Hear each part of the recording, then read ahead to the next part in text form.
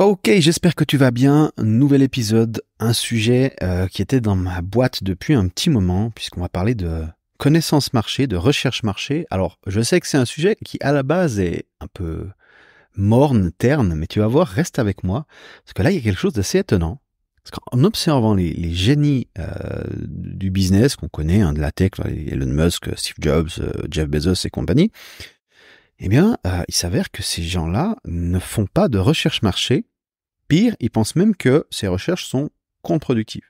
Pourtant, on a entendu le conseil 1 million de fois, que connais ton marché. On va voir aujourd'hui dans cet épisode pourquoi je déconseille aujourd'hui activement de faire des recherches marché, sauf dans certains cas de figure. Et pour ouvrir ce podcast, on va bien sûr commencer par les déclarations de Musk, Jobs et Bezos, parce que toute affirmation nécessite preuve. Et donc on a Musk qui nous a déclaré dans la Air Force Base Speech Day, alors je vais te lire les citations, nous faisons absolument zéro recherche marché. Nous n'avons même pas de département marketing. On se demande simplement qu'est-ce qui ferait une bonne voiture ou une bonne fusée? Quelles sont les caractéristiques? Et on fabrique ça. Et j'ai découvert que si vous faites ça, les gens voudront l'acheter. Voilà, donc dans l'article, il y a le lien à 9 minutes 45 de la vidéo, si ça t'intéresse de voir en détail ce qu'il raconte. Musk, il a également posté sur Twitter, sur X, un tweet, je sais pas comment tu appelles ça, un post sur X, et qui nous dit, c'est comme ça qu'on crée les produits chez Tesla, et il référence en fait le processus créatif de Rick Brunson. Et Rick Brunson nous dit « Je ne le fais pas pour eux, je le fais pour moi. » Et il s'avère que lorsque vous faites les choses vraiment pour vous, vous faites la meilleure chose que vous pouvez pour votre audience. Et donc, Elon Musk, c'est pas le seul à avoir cette perspective. Quand on écoute Steve Jobs qui nous disait « Les gens ne savent pas ce qu'ils veulent jusqu'à ce que vous leur montriez. C'est pourquoi je ne me fie jamais aux études de marché. Notre tâche est de lire ce qui n'est pas encore écrit sur la page. » Et enfin, on a Jeff Bezos qui nous dit « Aucun client ne demandait écho, c'est vraiment nous qui explorions. Les études de marché n'aident pas. Si vous étiez allé voir un client en 2013 et lui aviez demandé « Voulez-vous un cylindre noir toujours actif dans votre cuisine de la taille d'une boîte de Pringles auquel vous pouviez parler et poser des questions qui allument aussi vos lumières et jouent de la musique ?» Je vous garantis qu'il vous aurait regardé bizarrement et aurait dit « Non merci ». Donc, évidemment, nos business sont beaucoup plus petits, on n'est pas à la même échelle, on n'est pas dans la même industrie. Donc la grande question qu'on va se poser, c'est voilà, est-ce que ça s'applique à nous? Parce que clairement, Musk, clairement Bezos, clairement Jobs, ces gens sont dans une autre réalité, une autre dimension que nous. Et c'est pas parce qu'ils le font qu'il faut forcément le faire. Alors, j'ai moi-même expérimenté cette approche avec plus de 200 clients en consulting, donc en one-one, et on a construit des produits qui ont cartonné avec cette même approche. Donc je vais te montrer dans ce podcast ma méthode en 2 temps. Et tu verras que non seulement ça marche mieux, c'est beaucoup plus fun. Alors, comment ça fonctionne concrètement? Alors, déjà, il y a un truc qu'il faut séparer. Donc là, pour l'emphase du début, j'ai un peu mis ça dans le même panier, mais il faut bien séparer 2 choses. Il y a d'un côté connaître ton marché, et de l'autre côté, les recherches marché, qui sont une manière de connaître ton marché. Je suis absolument fervent pour le conseil de connaître ton marché, connaître ton problème, le problème que tu résous mieux que n'importe qui. En revanche, c'est la manière d'apprendre à connaître ton marché que je vais remettre en question dans ce podcast. Alors, pourquoi cette méthode dont je vais te parler, elle est vraiment importante à comprendre et au moins à essayer. Vraiment, je t'invite à l'essayer. Eh bien, il y a plusieurs raisons à ça. La première, c'est qu'en infobusiness, ce qui compte le plus, c'est la vitesse. Quand il y a des opportunités, donc tu as une fenêtre d'opportunité qui s'ouvre, tu as très rapidement des gens qui s'engouffrent sur cette opportunité et les inefficiences marché sont comblées très rapidement. Ça veut dire qu'il y a des places à prendre et rapidement, ces places se bouchent et ensuite, tu passes à une autre opportunité. ainsi de suite. Et donc du coup, tu dois être extrêmement rapide pour saisir une opportunité et te positionner comme le leader de cette catégorie ou de cette micro-catégorie. Donc ça, c'est la première raison. La deuxième raison, donc, c'est que les recherches marché, elles peuvent te décourager de suivre ton intuition. D'accord ? Et donc au final, tu te retrouves à faire exactement la même chose que se fait le reste du marché parce que finalement, tu regardes ce qui se fait déjà et tu fais plus de la même chose. D'accord ? Et nous, ce qu'on cherche, c'est pas une amélioration, c'est une différenciation. Donc ça, c'est la deuxième chose. Troisième chose, si tu consommes, donc là, en faisant des recherches marché, tu vas consommer beaucoup d'informations. Et bizarrement, plus tu consommes d'informations, plus tu risques de passer à côté de ce qui est important. On a Nassim Taleb qui nous parle du noise bottleneck ou du goulot d'étranglement du bruit, en français ça sonne moins bien, qui dit que tu as un ratio entre le signal et le bruit. Donc le signal, c'est l'information dont tu as besoin et le bruit, c'est tout le reste. Et que plus tu consommes d'informations, plus ce ratio diminue. Et donc plus le signal va se noyer dans la quantité de bruit. Et tu peux faire par exemple, c'est ce que je fais, je ne lis pas du tout les news. Par contre, quand il y a eu le Covid ou ce genre de choses, j'ai été informé en même temps que n'importe qui d'autre, parce que les informations importantes, elles remontent automatiquement. Il y a un filtre, d'accord. Et tout ce qui est secondaire, c'est pas des choses qui remontent, enfin qui vont remonter. Donc tu as un filtre qui est intéressant. Donc avec les recherches marché, c'est la même chose. Autre point, les clients ne savent pas ce qu'ils veulent, d'accord. On a Henry Ford qui nous dit que s'il avait demandé à ses clients ce qu'ils voudraient, il leur aurait répondu un cheval plus rapide. Et donc les clients sont généralement pas capables d'articuler pourquoi ils achètent, d'accord. Donc c'est quelque chose d'important. Je suis en train de lire en même temps une citation de David Ogilvy qui est en anglais, qui nous dit que, alors, le problème avec les recherches marché, c'est que les gens, attends, je sais très bien en même temps. People don't think how they feel, they don't say what they think, and they don't do what they say. Tu vois, ils pensent pas à comment ils se sentent, ils ne disent pas, they don't say what they think, ils ne disent pas ce qu'ils pensent et ils ne font pas ce qu'ils disent. D'accord, c'est si tu fais par exemple une enquête sur combien de personnes vont au McDonald's, tu leur demandes même les comportements passés, genre combien de fois vous êtes allé au McDonald's ces derniers mois, ils vont les réponses que tu auras seront largement inférieures par rapport à la réalité. Parce qu'il y a des biais qui font que.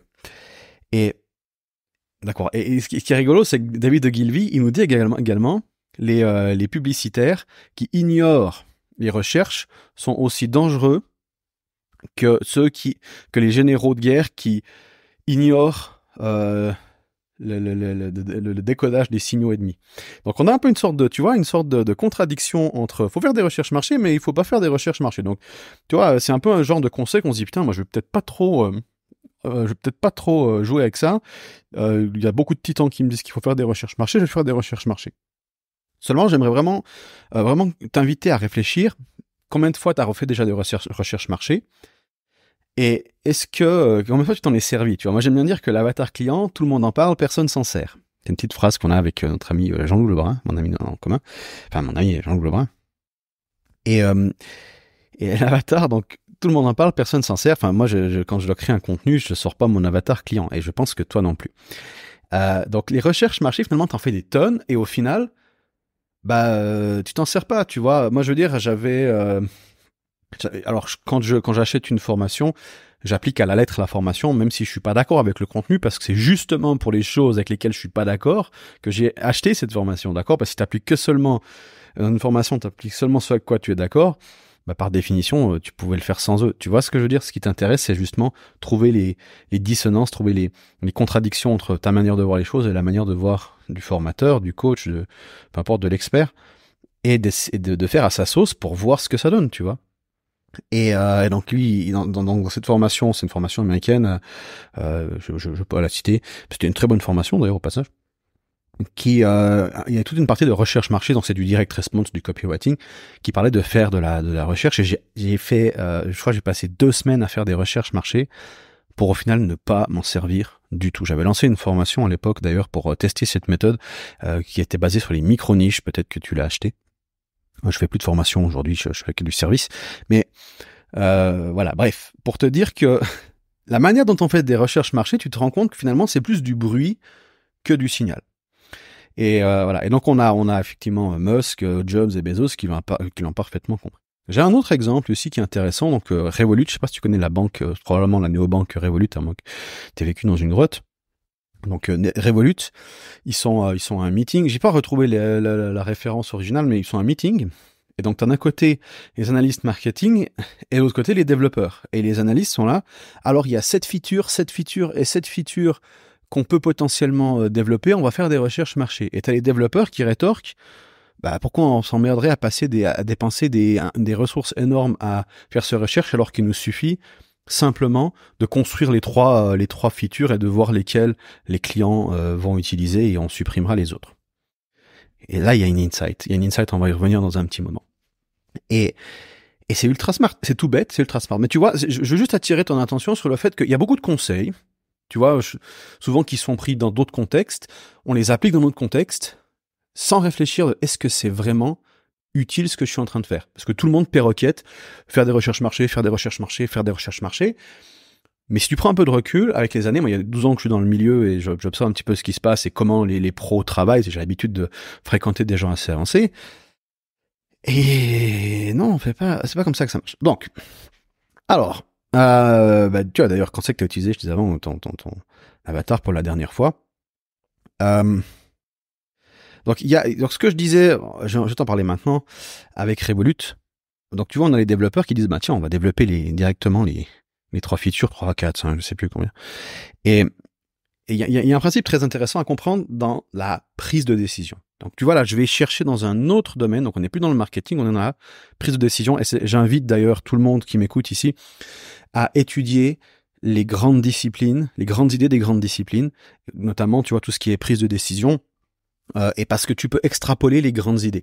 Et il y a une grande idée dans la prise de décision qu'on appelle la réversibilité. C'est-à-dire que quand tu prends une décision, pour évaluer l'importance d'une décision, tu te bases sur 2 critères, sur l'impact et la réversibilité. Donc l'impact, c'est genre, quand je prends une décision A, qu'est-ce que sera comme impact potentiel dans ma vie? Ça peut avoir un impact énorme, financièrement, pour la santé, d'accord, ou un impact minime. Tu vois, genre si tu fais un saut en parachute, l'impact, s'il y a un problème, il est relativement élevé parce que ça a un impact avec le sol que tu as, d'accord. Donc voilà. Et la réversibilité, c'est ça qui nous intéresse surtout, c'est ok, si je prends cette décision et que ça s'avère être une mauvaise décision, quelle est la réversibilité des conséquences? Quelle est la réversibilité de l'impact? D'accord, si tu décides de te marier, il y a une réversibilité quand même un peu. C'est un spectre, hein, parce que tu peux divorcer, mais c'est compliqué, tu vas quand même perdre de l'argent. La même chose si tu achètes un building ou un appartement, peu importe. Un achat immobilier, la réversibilité elle est plus ou moins élevée. Tu vois, bon, si par exemple tu as 100 milliards sur ton compte en banque, bon, ça n'existe pas, mais bon, tu as des millions sur ton compte en banque, et que tu achètes une maison à, mettons, 1 million, la réversibilité elle est relativement élevée parce que 1 million c'est pas grand chose pour toi. Maintenant, si tu mets les 3/4 de tes économies pour acheter un bien immobilier, la réversibilité c'est pas la même chose. Si tu te plantes, tu risques d'être facilement dans la merde. D'accord? Donc on regarde les conséquences et la réversibilité de cette décision. Et donc, quand il s'agit de créer une formation, donc je disais tout à l'heure que dans notre domaine d'activité, dans tout ce qui est produits digitaux, eh bien, ça s'applique encore plus. Pourquoi? Parce que créer un produit, la réversibilité, elle est extrêmement élevée. Je veux dire, t'es pas en train de lancer une usine de textile ou un truc qui demande énormément de capitaux, ça c'est ce qu'on appelle capital intensive, qu'il faut investir beaucoup d'argent au début, donc upfront, on commence à parler en anglais parce que je lis beaucoup en anglais, mais donc en avant, je sais pas les termes en français, mais investir en entrée les capitaux pour lancer ton business, d'accord? Si tu fais une plateforme pétrolière, c'est pas la même chose que de lancer un blog, d'accord? Donc on a des frais qui sont énormes. Ça veut dire que si on se plante, c'est-à-dire qu'on construit une usine pour fabriquer un produit qui intéresse personne, bah la réversibilité elle est extrêmement faible. Alors que si on lance une formation qui n'intéresse personne, bah c'est pas grave, d'accord? On a perdu le temps, c'est tout. Le truc, peut-être un petit peu d'argent, si tu fais de la pub et tout, mais le truc c'est que quand la réversibilité, c'est ça qui est important, quand la réversibilité elle est élevée, eh bien la variable la plus importante dans la décision, c'est la vitesse. C'est-à-dire que si tu peux très rapidement revenir en arrière, tu vas prendre très peu de temps pour décider. Tu vas aller au feeling, tu vas aller à l'intuition, dire ok, on va faire ça. Alors que si la réversibilité elle est basse et que l'impact il est élevé, à ce moment-là, tu vas freiner, tu vas ralentir et tu vas prendre une décision plus analytique. Tu vas peser le pour et le contre. Tu vas demander à différents experts. Tu vois, genre si tu achètes un bien immobilier encore une fois, tu vas demander à des experts qu'est-ce qui est sage et tout. Toi-même, tu vas te renseigner, tu vas consommer de l'information. Et la recherche marché, finalement, c'est de la recherche d'information, d'accord? Donc, si la décision elle est facilement réversible, bah, on veut agir rapidement, plutôt en utilisant son intuition que en prenant 2 semaines pour faire des recherches marché, parce que de toute façon, la meilleure data que tu puisses avoir, c'est est-ce qu'ils achètent ou pas. Donc, ta meilleure recherche marché, finalement, c'est essayer de vendre ton produit. Donc, t'as pas besoin de faire ces recherches marché, entre autres pour cette raison. Je vais te montrer. Alors, il y a quand même un truc par rapport à ça, tu verras tout à l'heure. Il y a un truc extrêmement important quand il s'agit de choisir. Quand il s'agit de choisir ce que tu vas créer comme produit, d'accord, ça dépend vraiment de ton expérience quand même, mais c'est pas avec des recherches marché qu'on va le faire. Je vais t'expliquer aussi pourquoi. Donc, d'ailleurs, je vais te l'expliquer maintenant.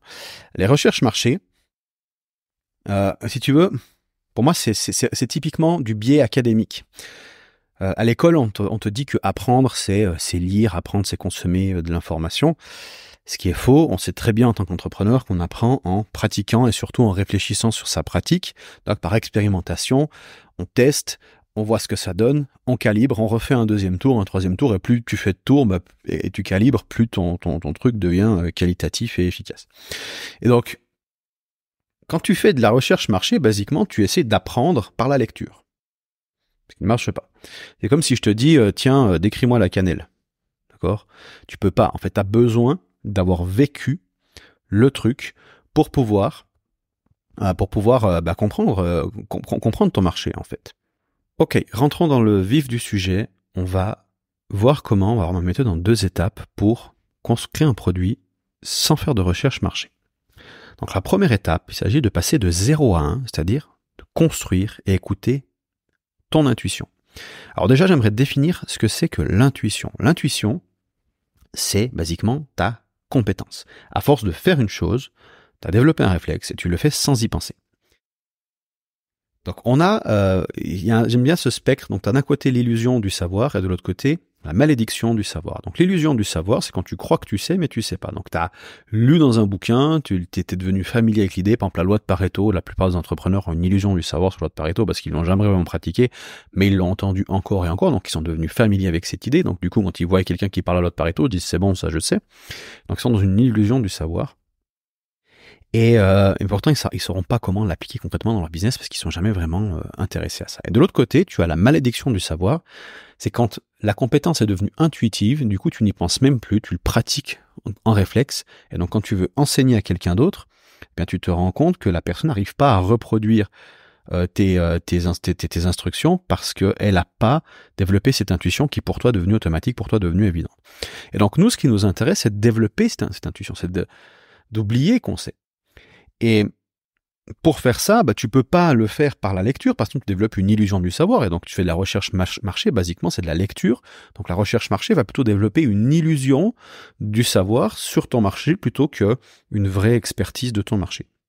Et donc, comment on va faire à la place ? Eh bien, moi, ce que je conseille, donc si tu es entrepreneur, tu veux lancer un business, c'est de te baser sur les problèmes que tu as déjà expérimentés. Parce que quand tu as eu un problème, et tu l'as expérimenté pendant 5 ans, 10 ans, 20 ans, tu as testé toutes les solutions possibles et imaginables, et que tu te rends compte qu'il n'y a aucune solution qui résout parfaitement ton problème. Il y a un petit truc qui te plaît pas, ou un gros truc qui te plaît pas, ou ça fonctionne pas comme tu voudrais. Tu as une compréhension de ce marché qui est largement supérieure à la plupart des gens. Et aucune personne, aucun copywriter ou quiconque qui fera des recherches marché sur le sujet n'aura cet edge, n'aura cette vision que toi tu as vue de l'intérieur. Donc tu as vraiment une perspective d'insider. Et donc c'est comme ça que tu vas pouvoir créer le produit qui va toucher beaucoup de monde. Parce que si ce problème spécifique, avec la solution spécifique que tu cherches n'existe pas, il y a beaucoup de chances qu'il y ait pas mal de monde qui ait exactement cette même problématique et toi tu l'auras compris. Et donc c'est ce qui va te permettre justement de développer un meilleur produit. Petite anecdote d'ailleurs, tu prends Y Combinator, c'est un incubateur donc, qui s'occupe de lancer des boîtes aux États-Unis, c'est le plus gros incubateur qui existe, qui lance les boîtes de la Silicon Valley en l'occurrence, comme Stripe. Et donc du coup, eux, ce qu'ils font, c'est que ils ne choisissent pas un entrepreneur qui a moins de 10 ans d'expérience sur le problème. D'accord, c'est intéressant parce qu'il y a vraiment un track record derrière, il y a vraiment un historique qui donne un avantage à l'entrepreneur pour créer un produit. Alors, une fois que tu as expérimenté le problème pendant des années, d'accord, choisi un problème sur lequel tu as déjà de l'expérience, eh bien, tu vas pouvoir élaborer une solution en te posant la question finalement, quelle est la solution que je voudrais exactement. D'accord? Et c'est en te posant cette question que tu vas créer le produit exact que tu veux et que tu vas faire ton meilleur travail. À ça, on peut rajouter aussi le fait de développer tes goûts produits. Et tu peux le faire en fait en contemplant les solutions concurrentes, ce que tu auras techniquement déjà fait en consommant ces solutions en tant que client. Mais si tu deviens client de ces solutions, tu vas pouvoir contempler et développer un goût pour les meilleures solutions. Tu vois, t'as ce problème et tu as peut-être 10 solutions différentes pour résoudre le même problème. Et donc, tu vas dire, ah bah tiens, cette solution-là, elle est bien parce que, celle-là, elle est bien parce que... Donc, tu développes une intuition des avantages et des inconvénients de chacune des solutions. Et c'est ce qu'on appelle le goût produit.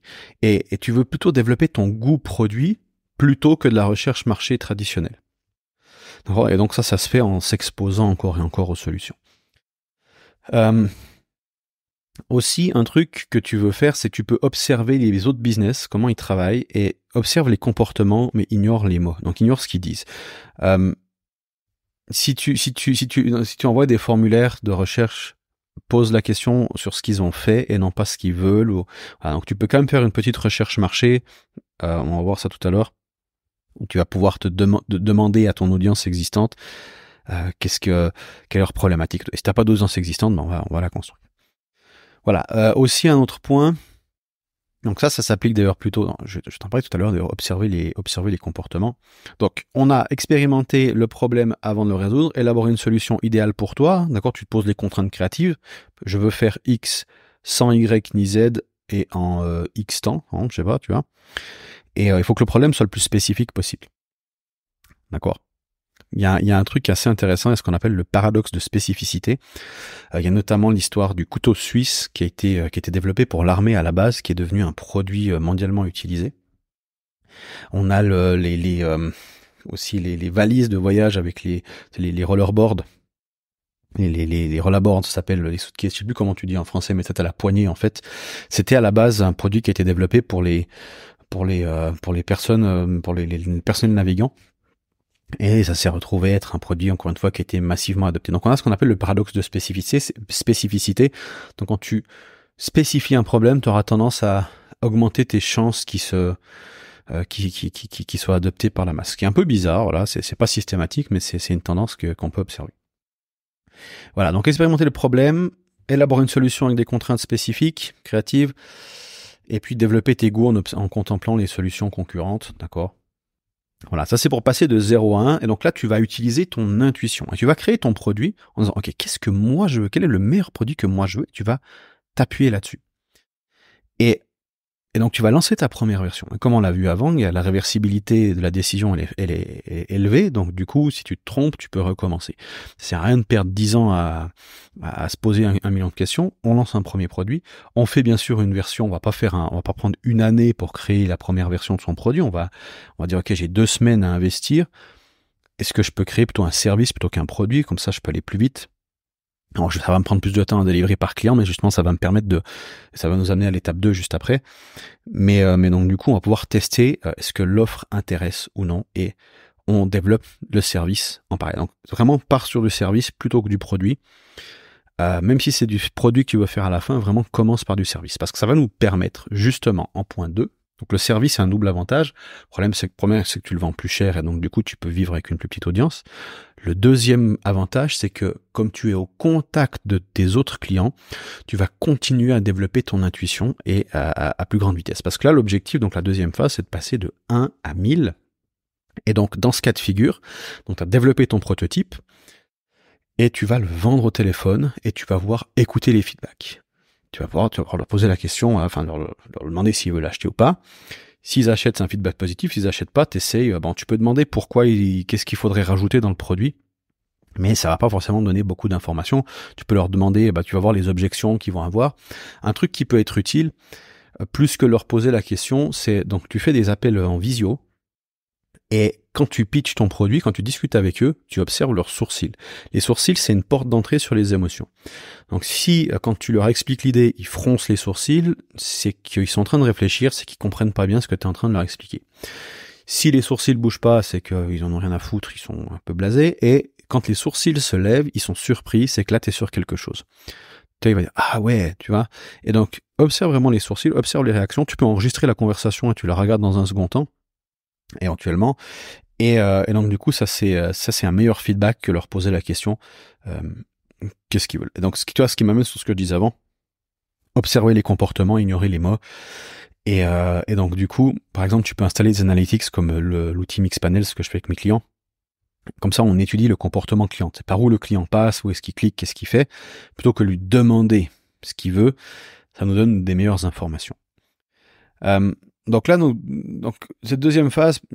Donc, première phase, je récapitule parce que j'ai l'impression que je pars un petit peu dans tous les sens. Donc, première phase, donc 0 à 1, construire et écouter ton intuition. Deuxième phase, 1 à 1000, construire et écouter ton audience. Donc là, dans cette deuxième phase, ce qu'on veut faire, c'est que on commence à construire une liste de clients, une audience, une liste de prospects. Et ces gens-là sont attirés par notre proposition, parce que le produit, par la solution qu'on est en train de créer. Donc, ces gens-là, comme ils ont levé la main, ils ont un premier intérêt, eh bien, on va vouloir, avec eux, co-créer le produit. Donc, on va itérer le produit en écoutant les clients, leur feedback, la manière dont ils utilisent le produit, les résultats qu'ils ont, les résultats qu'ils n'ont pas, les objections, et on va, encore une fois, utiliser notre intuition pour calibrer. Mais dans cette deuxième phase, on a un feedback qu'on n'avait pas dans la première, c'est justement l'adoption du produit par les clients. Et souvent, on se rend compte que le produit va être utilisé d'une autre manière que ce à quoi on s'attendait, peut-être par un autre marché auquel on s'attendait, et on va faire avec ça, tu vois, et on va adapter, on va s'adapter au feedback. Mais dans tous les cas, la grande idée à retenir, c'est que la première partie, tu utilises ton expérience passée pour choisir le problème, et donc ensuite tu peux t'appuyer sur ton intuition pour créer le premier prototype que tu veux créer le plus vite possible. Donne-toi 2 semaines, max 1 mois. Moi, je conseille vraiment de partir sur du service pour être plus vite dans le move. Et ensuite, tu as les calls clients plus les calls, les calls de vente et les calls de service. Le service client qui vont te donner beaucoup de feedback, d'accord? Tu vas à mano, comme on dit, et ce qui te permet de passer de 1 à 1000, et là, tu veux itérer le plus vite possible, et à chaque itération, tu te poses la question. Donc là, chaque fois que tu as fait un call avec un client, que ce soit pour de la vente ou pour le produit, tu dis, ok, qu'est-ce qui a été, qu'est-ce qui a pas été? Tu vois, où c'est que tu cherches les bugs, en fait. J'aime bien faire une liste de bugs, dis, ok, qu'est-ce qui a bugué? Tu te fais une liste, et tu corriges tu vises les erreurs. Pour faire mieux, faut supprimer les choses que tu fais pas bien. Et donc, on supprime tout le négatif. Les frictions. On dit, tiens, là, ça a pas marché. Là, il a été trop lentement. Là, il a pas eu le résultat. Puis tu peux comparer avec ceux qui ont eu les résultats, dire, tiens, ceux qui ont eu les résultats, ils ont fait ça. Donc, ok, on va essayer de mettre ça plus tôt dans le processus. Et tu itères progressivement, comme ça. Et c'est comme ça que tu crées, c'est en voulant créer le produit que toi, tu veux pour la solution. Parce que quand tu as eu ce problème, toi-même, tu l'as expérimenté. Et, si tu regardes bien ton propre parcours entrepreneurial, les choses qui te motivent sont intrinsèquement liées au problème que tu vis. Donc quand tu résous le problème, l'idée de parler de ce problème, c'est moins intéressant. Donc du coup, tu as envie de parler du nouveau problème dans lequel tu es. Et c'est aussi un peu le truc qui est difficile quand tu es créateur, c'est que t'as plutôt intérêt de parler du problème que tu as déjà résolu parce que c'est là où tu as de l'autorité et de la légitimité, que du problème que tu es en train de résoudre. D'accord ? Et c'est ce qui est un petit peu difficile avec la création. Mais voilà, d'un point de vue strictement pragmatique, donc les problèmes que tu as vécu, que tu vis, qui sont forts pour toi, eh bien c'est ça qui va te driver, c'est ça qui va te donner envie de changer les choses, et c'est exactement là où tu veux attaquer en fait sur ton marché. Et voilà, donc c'est pas plus compliqué que ça, stratégiquement parlant. Alors évidemment, après il y a plein de nuances, il y a de l'implémentation, ça c'est ce que je fais avec mes partenaires, avec mes clients, en direct, où on discute, on met en place la stratégie. Mais dans les grandes lignes, c'est comme ça que je fonctionne, et je l'applique aussi à la création de contenu. Donc créer les contenus que tu voudrais consommer, d'accord ? Quel sujet t'inspire et comment tu voudrais qu'ils soient créés, et donne ça. Tu vois, moi je sais, par exemple, je regarde pas des vidéos qui clignotent de 10 minutes qui sont montées par des gosses de 12 ans. Moi, ce qui m'intéresse, c'est de regarder plutôt des séminaires plus longs, c'est d'écouter des podcasts. Donc, je crée les formats que je veux, de la manière dont je veux. J'aime plutôt tout ce qui est stratégie plutôt que tactique. Donc, voilà, moi, c'est ce qui me parle, donc c'est ce que je crée. Si tu crées quelque chose pour lequel tu n'es pas consommateur, tu vas pas faire du bon travail. D'accord? Si tu te forces à faire quelque chose qui toi-même ne te plaît pas, jamais tu pourras être le meilleur là-dedans. Et si tu n'es pas le meilleur dans ce que tu fais, bah, t'as un problème. Alors, d'accord, tu peux nicher, mais tu vas absolument être passionné par ce que tu veux. Tu vas vraiment être animé, tu vois, ok, c'est un problème qui m'anime et la meilleure solution pour ce problème, c'est ça, et c'est comme ça que je vais la faire, parce que c'est comme ça que moi je voudrais cette solution, et c'est exactement comme ça que tu arrives à créer un produit qui est supérieur sur le marché. D'accord? Donc, moi, ce que je conseille, c'est que tu crées les contenus que tu voudrais consommer, tu les publies. Au début, tu vas voir, bah, effectivement, il n'y aura pas beaucoup d'adhérence sur le marché, tes idées, donc elles vont pas beaucoup résonner. Mais tu continues à publier et tu observes lesquels résonnent le mieux avec ton marché, lesquels provoquent de l'engagement, lesquels font que tu as des clients ou des prospects qui rentrent dans ta liste. Le mieux, c'est de pouvoir faire du tracking et dire, ok, ben voilà, mes clients d'où ils viennent, plus que juste les vues. Parce que le problème des vues, c'est que si tu optimises pour les vues, tu vas te retrouver avec, au final, créer des contenus pour les 16-25. C'est pour ça que j'aime bien cette idée déjà de tu crées ce que toi tu voudrais consommer, ce qui va déjà exclure une bonne partie de l'audience. Mais il faut surtout pas s'oublier soi-même au profit de l'audience. Parce que si tu te mets à faire des trucs simplement pour faire de la vue, bah, tu vas te retrouver à faire du 15-25 ans qui a peut-être rien à voir avec ton audience cible. Probablement que c'est vraiment pas le segment qui va dépenser le plus. Alors peut-être c'est les 16-25 qui t'intéressent, dans ce cas de figure, c'est différent. Bon, si on fait du high ticket, c'est jamais les 16-25, hein, spoiler. Parce qu'ils n'ont pas d'argent, tout simplement. Donc, ce que je veux dire, c'est que tu commences par ce que toi tu veux et ensuite tu regardes ce qui résonne. Mais tu n'oublies jamais le centre, c'est-à-dire, voilà, moi je veux créer ça et je veux trouver l'intersection de ce que moi je veux créer et ce que mon marché désire. Et le meilleur moyen de savoir ce qu'il désire, c'est de traquer, tiens, bah voilà, d'où viennent mes clients? Tiens, bah tiens, ils viennent de ces contenus-là.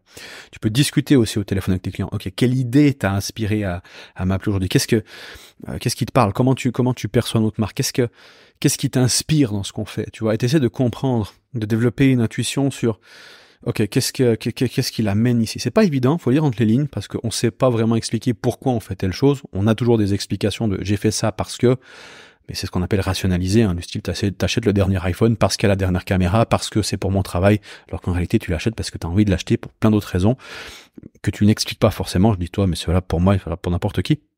On est tous humains, jusqu'à preuve du contraire. Donc, l'intersection, ce que tu veux créer, est-ce qu'il résonne sur le marché, et de préférence ce qui résonne avec tes clients, donc ceux qui ont acheté. Pour ça, tu mets en place du tracking avec ce qu'on appelle des UTM, d'accord? Google Analytics, Mixpanel, et j'en passe. Et tu itères comme ça jusqu'à trouver ton positionnement. Donc à ton positionnement qui vient par émergence. Traite ton positionnement comme une découverte scientifique. Encore une fois, c'est pas un truc, ton positionnement définitif, tu vas pas le trouver dans une feuille ou sur un exercice de positionnement de ton gourou préféré. Tu vas le trouver à force d'itérer et dire, ah ben tiens, mon message c'est peut-être ça. Et donc, encore une fois, tu pars de ce qui est important pour toi, de ta vision, de ta mission, de ta philosophie, de tes principes de vie, et progressivement, tu vas les itérer, les calibrer, et tu vas épurer ce message jusqu'à arriver à l'essence, et c'est comme ça qu'émergera ton positionnement. Moi, c'est ce que je suis en plein dans cette phase actuellement. Là, j'ai dit dans mes buildings publics que je suis en train de lancer mon nouvel accompagnement. Et je suis en train, si tu vas voir actuellement j'ai lancé X récemment, j'ai 71 followers actuellement, c'est merveilleux. Merci à ces 71. Et c'est marqué positionnement en cours de téléchargement. J'ai une image grise, donc pour l'instant je commence à avoir une idée vers quoi je me dirige. Je vais mettre ça à jour, la première version, bientôt. Mais j'essaie pas de rusher le truc. Tu vois, pour l'instant, je suis en train de me concentrer sur la mise en place de mes outils pour le service.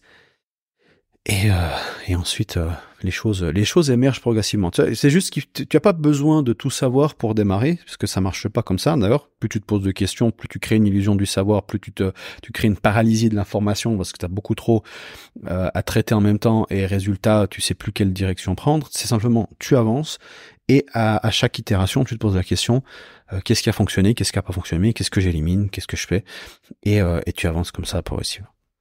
Ok, j'espère que cet épisode t'a plu. Si c'est le cas, n'hésite pas à t'abonner, le partager, parler à tout le monde, mettre sur tous les réseaux sociaux, parler à ta grand-mère, ou t'abonner sur la liste email sur damienp.com. Moi, je te retrouve dans un prochain épisode. Je te souhaite une magnifique journée. Salut.